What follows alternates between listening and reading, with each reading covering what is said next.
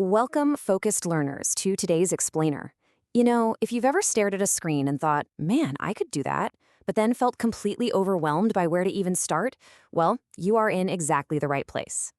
Today, we're delivering the definitive, step-by-step roadmap to landing that crucial first gig in acting or voiceover. No fluff, no gatekeeping, let's get your foot in the door.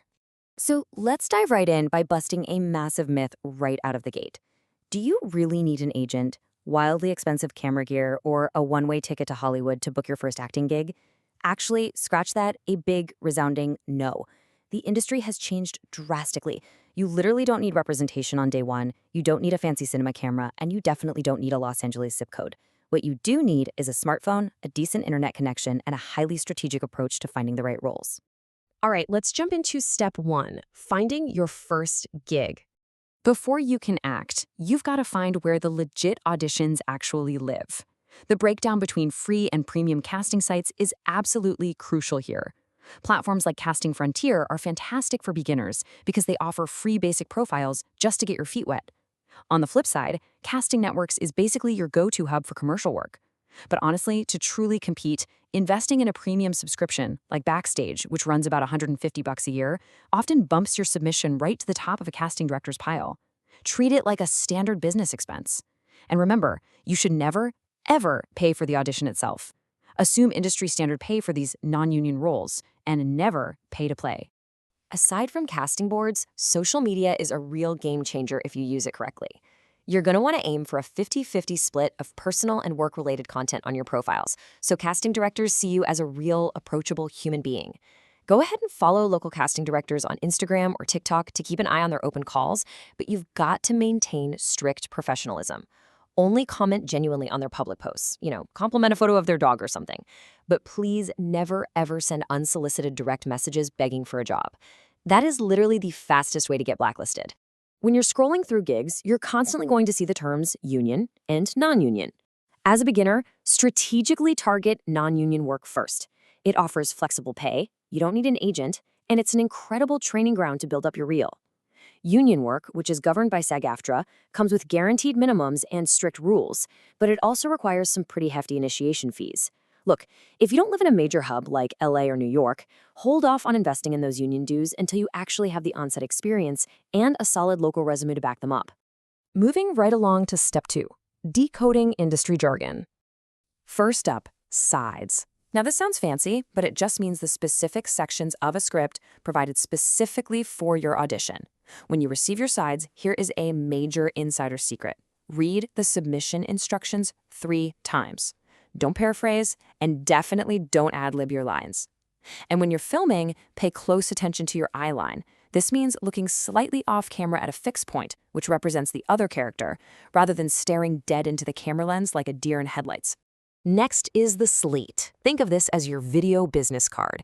This is where you give your specific personal details, usually your name, agency, location, height, and role, directly to the camera, typically right at the end of a self-tape.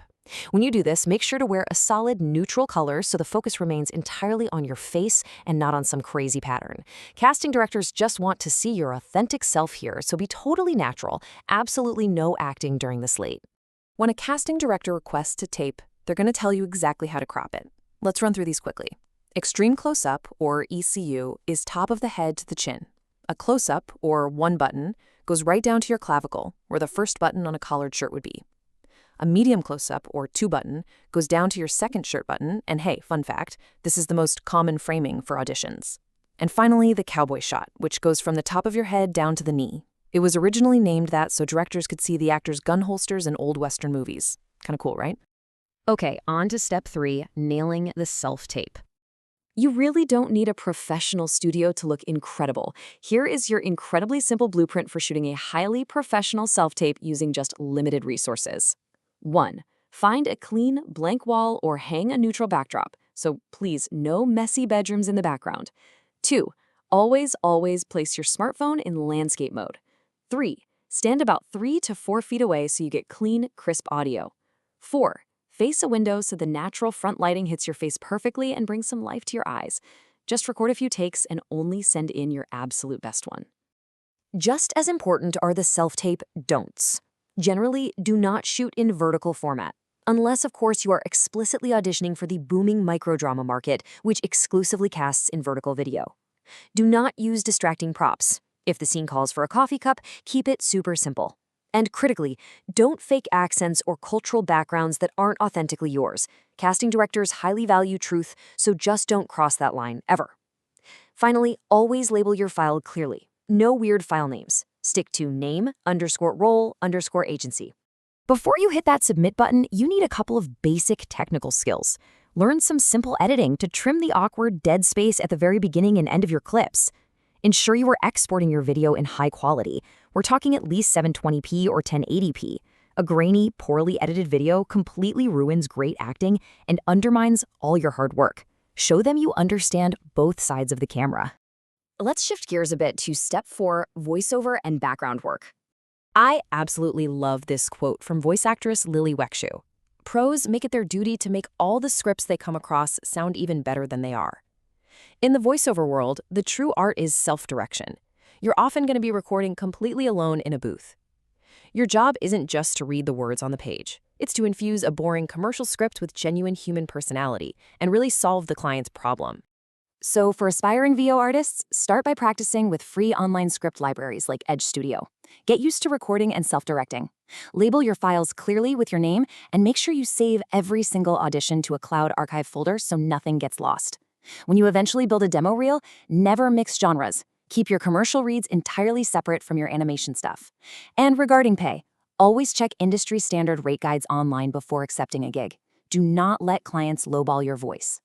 Over on the live action side, background work is basically the ultimate paid masterclass.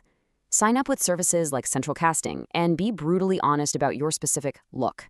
When you book your first day, be prepared for incredibly fast-paced filming schedules. Bring a portable charger, bring a book, and wear exactly the wardrobe they requested, but leave your valuables at home. Also, keep an eye out for bumps on your pay voucher.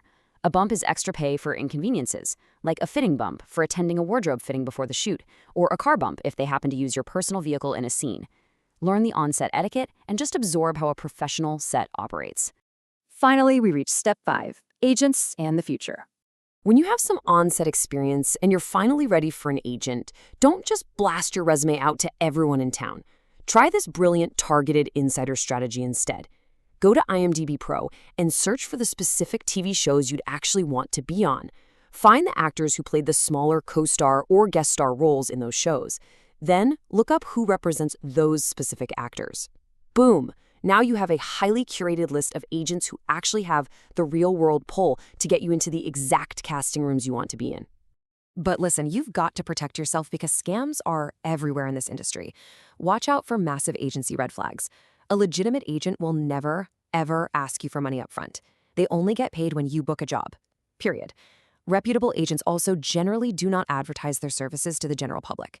And be incredibly wary of anyone who pushes a standard contract on you the second you walk through the door, or forces you to pay for their specific in-house acting classes just to stay on their roster. If you see that, run the other way. As you compile your resume and start sending out those submissions, remember this one crucial thing. Authenticity is your literal superpower. Real-world experience is what actually gets you noticed. If you have a unique hobby, maybe you do stone carving, archery, or you're fluent in another language, highlight it. Casting directors are constantly searching for real people with specific real-world skills to bring authentic life to the screen. So that brings us to the end of our explainer. We've mapped out casting sites, self-tapes, industry jargon, and how to dodge those agency scams. Now, I want to leave you with a question to really think about.